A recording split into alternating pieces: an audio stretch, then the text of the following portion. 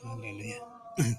Terima kasih Tuhan, pada saat ini kami merenungkan sebagian dari firman-Mu. Terima kasih Bapa, dalam nama Tuhan Yesus. Haleluya. Amin. Saudara yang kasih, kita akan membaca dari Mazmur pasal 26, yaitu tentang selidikilah aku. Saya bacakan ayat 1 dan 2, saudara. Ayat 1 dikata, berilah keadilan kepadaku ya Tuhan, sebab aku telah hidup dalam ketulusan. Kepada Tuhan aku percaya dengan tidak ragu-ragu. Ujilah aku ya Tuhan, dan cobalah aku. Selidikilah batinku dan hatiku. Luar biasa saudara yang kasih ya. Di sini Daud sampai mengatakan selidiki aku dan selidiki batinku. Ini sesuatu yang luar biasa. Kenapa sampai Daud mengatakan seperti itu, saudara? Ya, sebenarnya itu Daud itu mempunyai suatu keyakinan, saudara, bahwa Tuhan itu bagi dia adalah di atas segala-galanya, saudara. Ya. Bagi Daud itu di atas segala-galanya, sehingga dia selalu melakukan cross checking, ya, selalu melakukan cek kepada dirinya, ya kan? Apakah saya menyimpang, apakah saya hidup benar, ya kan? Dia selalu bertanya kepada Tuhan, ya. Tetapi ketika dia datang terus kepada Tuhan, dia yakin bahwa dirinya sudah hidup benar, ya, karena setiap kali dia datang, setiap kali Tuhan kasih tahu apa yang harus dia lakukan. Dia lakukan apa yang berkenan kepada Tuhan. Ya, kalau kita lihat di dalam kitab yang lain, saudara, kalau Yohanes 3 ayat 20 sampai 21, di situ katakan, barang siapa berbuat jahat, membenci terang dan tidak datang kepada terang itu, supaya perbuatan-perbuatan yang jahat itu tidak nampak. Ya.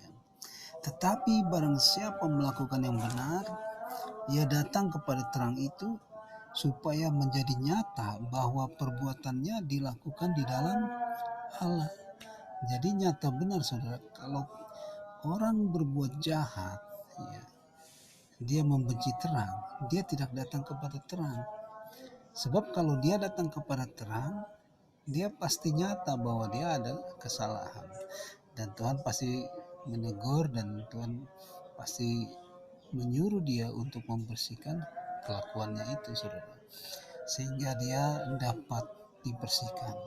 Tetapi kalau dia tidak datang kepada Tuhan, maka dia tetap menjadi orang yang jahat, ya. Nah, saudara yang kekasih, kalau kita datang kepada Tuhan, kita datang kepada terang, ya kan? Tentunya apa yang salah, apa yang cacat, itu ketahuan, saudara, ya. Coba saudara kalau beli apel di tempat gelap, ya saudara, saudara pasti tidak akan membelinya, ya kan? Kenapa? Karena saudara tidak tahu apel itu ada yang busuk, ada yang penyok, ada yang cacat, tidak tahu, saudara.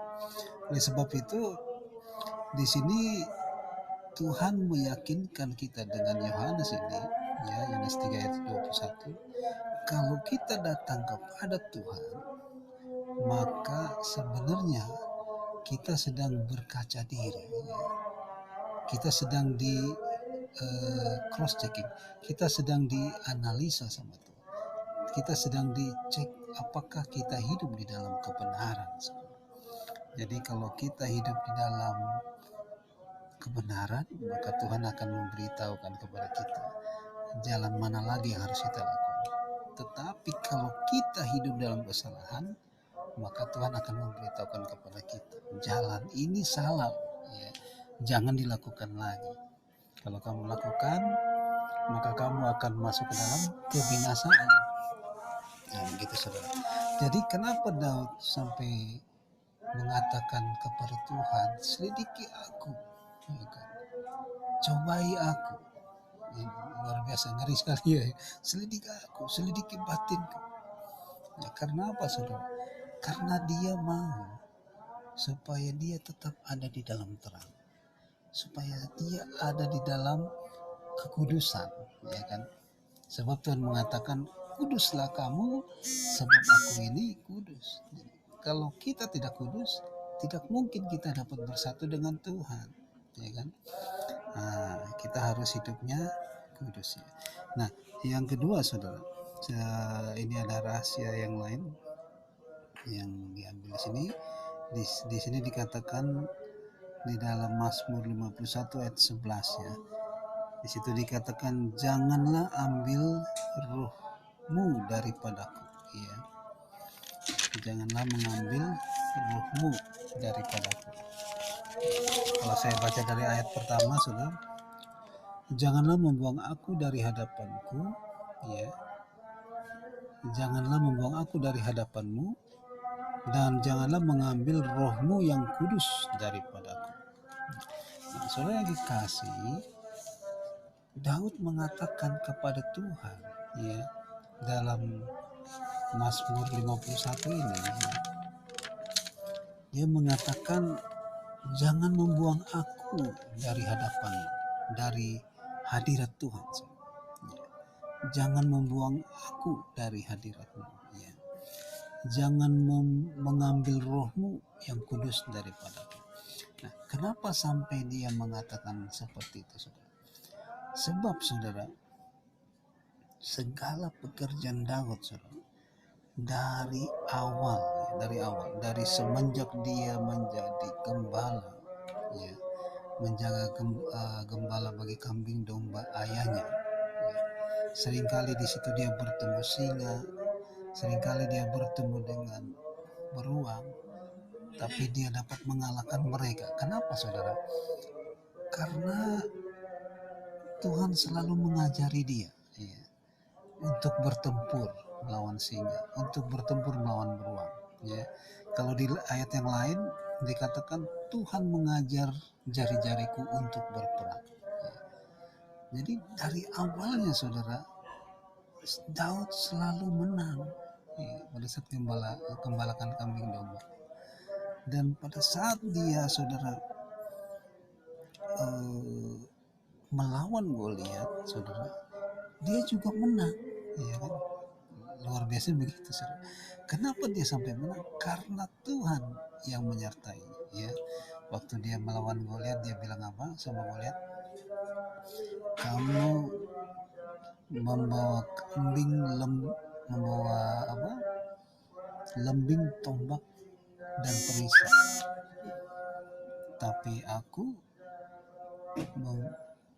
datang dengan nama Tuhan semesta alam. Bisa lihat perbedaannya, saudara. Ya. Engkau mendatangi aku dengan lembing, tombak, dan perisai. Tapi aku mendatangi engkau dengan nama Tuhan semesta alam. Luar biasa, saudara. Saudara, kalau lihat ayat ini, apa perbedaannya, saudara? Perbedaannya adalah bahwa Goliat itu yang menyertai adalah tombak, perisai, dan lembing. Itu semua benda mati, saudara. Ya. Sedangkan yang menyertai Daud adalah Allah semesta alam. Oh, ini sungguh beda ya, sangat beda ya. Semesta alam, Allah yang menciptakan langit dan bumi. Oh, powernya luar biasa. Oleh sebab itu Daud sangat mudah mengalahkan Goliat, ya, karena perbedaan di sini, saudara, adalah penyertaan, ya. Perbedaan adalah penyertaan. Ya, jadi Daud disertai dengan Tuhan, ya. Dan yang ketiga, saudara, ya, kita bisa belajar dari Simpson dengan Delila, ya. Saudara, kalau saudara lihat Simpson, saudara, itu adalah orang yang bisa mengalahkan 1000 orang Filistin dalam satu hari. Ini luar biasa sekali. Simpson membebaskan orang Israel hanya dia seorang diri. Kenapa sampai dia bisa seperti itu, saudara? karena dia disertai dengan Roh Tuhan. Nah, pada cerita dia dengan Delila, saudara, Delila selalu membujuk dia, apa sih kekuatan kamu sampai kamu dapat mengalahkan 1.000 orang Filistin dalam satu hari? Dirayu terus sama Delila sampai dia membuka rahasianya, ya. Dia katakan, ini aku ini orang Nazir Allah, kalau aku dipotong rambutnya maka aku kekuatan bisa hilang, ya. Jadi orang Nazir Allah itu, saudara yang kasih, rambutnya tidak dipotong, ya. Kalau kita bernazar rambutnya tidak boleh dipotong, ya.